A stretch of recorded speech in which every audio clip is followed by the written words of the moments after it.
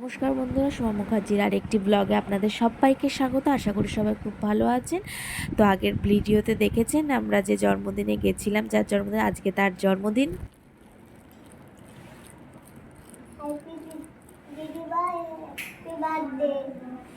দেখতেই পাচ্ছ সকাল সকাল আমি স্নান করে নিয়েছি। বর্ধমান গেলে আমি অবশ্য সকাল সকাল স্নানই সেরে নিয়ে এরপরে টিফিন নিয়ে চলে এসেছিলো দাদা, ডালপুরি আর তরকারি। আর এদিকে ছেলে খাবে না, আমি বললাম খেয়ে তারপরে উঠবি, ওই জন্য খুব বিরক্তি, খাবে না। তারপরে ঝিলিকেও স্নান টান করে রেডি হয়ে গেছে। দেখতেই পাচ্ছ যে কুর্তিটা দিয়েছিলাম আমরা, সেটা ও পরে আশীর্বাদে বসেছে। বৌদি এদিকে সব রেডি করে রেখেছে, ধান, দুব্বো, ঠাকুরের একটি ফুল, পায়েস, মিষ্টি, জল, প্রদীপ। এরপরে একে একে সবাই আশীর্বাদ করছে। এটা হচ্ছে ঝিলিকের দাদু আশীর্বাদ করলেন। এরপরে দাদা আশীর্বাদ করতে বসেছে, ছেলেও তার সাথে বসেছে আশীর্বাদ করতে। তারপরে ও দুজন মিলে, দাদা আর ও দুজন মিলে আশীর্বাদ করলো। তারপরে দেখো দিদিভাইকে এত ভালোবাসে, তারপর প্রদীপের শিখা মাথায় দিয়ে দিল। তারপরে বৌদিদের একটা নিয়ম আছে, পাখার হাওয়া করতে হয়, তো তখন ও ওটা করবে। এবার ওটা ওকে করতে নেই, ওকে বোঝানো যাচ্ছে না আমি করব আমি করব। যাই হোক, অনেক কষ্ট করে, আমরা কেউ বোঝাতে পারি না, কিন্তু দাদা বললে ঠিক ও কথা শোনে, যেবা বললে কথা ঠিক শুনে নেয়। এরপরে বৌদি আশীর্বাদ করলো। তারপরে আমি ক্যামেরা করছিলাম। আমি যখন আশীর্বাদ করেছি তখন আর ভিডিও করিনি, কারণ আমি শাড়ি টাড়ি নিয়েও যাইনি, শাড়িও পরিনি, আর আমার শরীরটাও ভালো ছিল না বলে ওই জন্য আমি বললাম আমার ভিডিও করতে হবে না, আর সবার ভিডিও আমি করলাম। আর এইদিকে হচ্ছে আমার বর আশীর্বাদ করছে, ওর কাকু, মানে ও আবার উঠে যাচ্ছিলো। বললাম প্রদীপের শিখা দাও একটু, তারপরে মায়ের ফুল দাও, পায়েস খাই দাও, দিয়ে সব করে আশীর্বাদ শেয়ারা হলো। এরপরে ফটোশ্যুট হলো। দেখো এই যে হচ্ছে, তখন ফটোশ্যুট চলছে।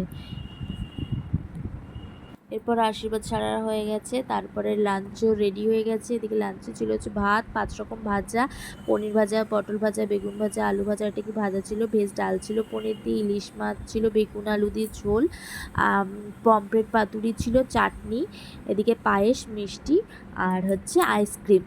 তো আর তারপরে সবাই খাওয়া দাওয়া সেরে একটু রেস্ট নিয়েছিলাম। রেস্ট নেওয়ার পর এবার সন্ধ্যেবেলা ডেকোরেশনে চলে গেছি আমরা সবাই মিলে। আমি প্রথম শুরু করি। এদিকে হচ্ছে বেলুন দেখো কত ভয়ে ভয়ে ফুলাচ্ছি, কারণ তার আগে একটা বেলুন মানে ফেটে গেছে, ফুলাতে ফুলাতেই ফেটে গেছে। ওই ভয়ে ভয়ে আমি ফুলাচ্ছি না, আরও বড় হতো বেলুনটা, আমি আর ফোলাইনি, ওই সাইজেরই রেখেছি, কারণ আবার যদি ফেটে যায় আমি ওই ভয়ে ভয়ে ফোলাচ্ছিলাম। এই সবে শুরু করেছি বেলুন ফোলানো। আর এই দেখো এতগুলো ফোলাতে হবে। এরপর বার্থডে গার্ল নিজে চলে এসছে ডেকোরেশনে হেল্প করার জন্য।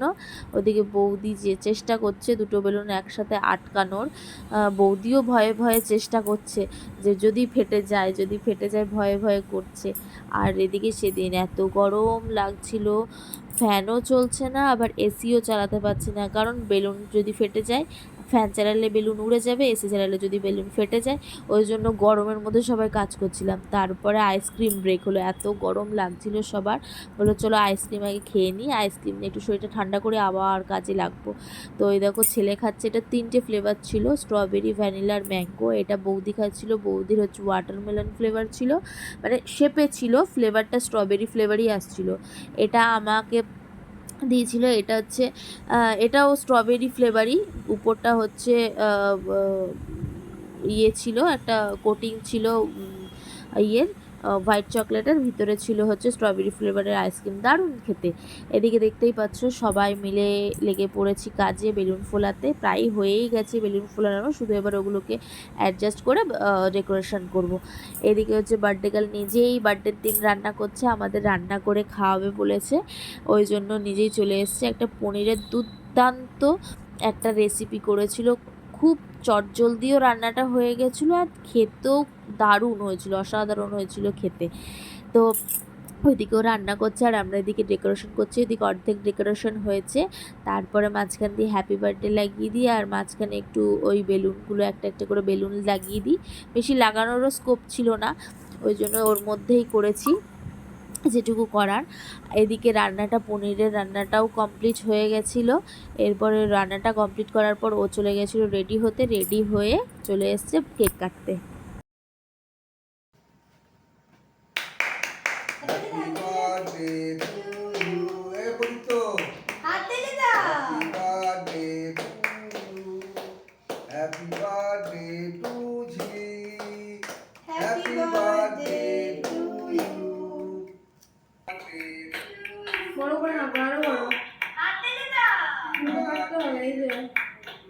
দিদিভাইকে একটু খাইয়ে দাও।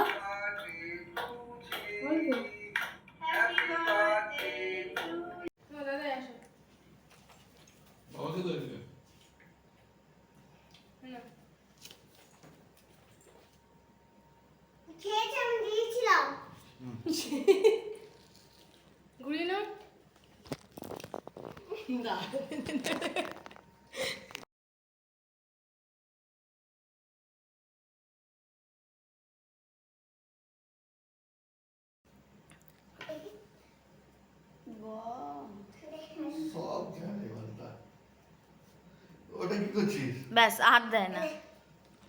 কাটাও হয়ে গেছে, কেক খাওয়ানোও হয়ে গেছে, ওকে এখন খাওয়াচ্ছে। ভাই দিদিকে মাখিয়েছে কেক, দিদি ভাইকে মাখাবে না তা তো হয় না, ও একদম ভাইকে পুরো মুখে মাখিয়ে ভূত করে দিচ্ছে। তো আজকের ভিডিওটা এই পর্যন্তই। সবার কেমন লাগলো অবশ্যই কমেন্টে জানিও, একটি লাইক করে দিও, ভালো লাগলে অবশ্যই সাবস্ক্রাইব করো, যারা নতুন দেখছো তারা অবশ্যই একটু সাবস্ক্রাইব করে দিও, আমার চ্যানেলটাকে একটু সাপোর্ট করো। আজকের ভিডিওটা এই পর্যন্তই। ঝিলিককে একটি কথাই বলবো, সেটা হচ্ছে খুব ভালো থাকিস, খুব বড় মনের মানুষ হোস, অনেক দূর এগিয়ে যাস, রক্তের সম্পর্ক না হলেও দুই ভাই বোনের যাতে সম্পর্ক সারা জীবন এরকম থাকে। আজকের ভিডিওটা এই পর্যন্তই, আবার দেখা হবে অন্য কোনো ভিডিও নিয়ে।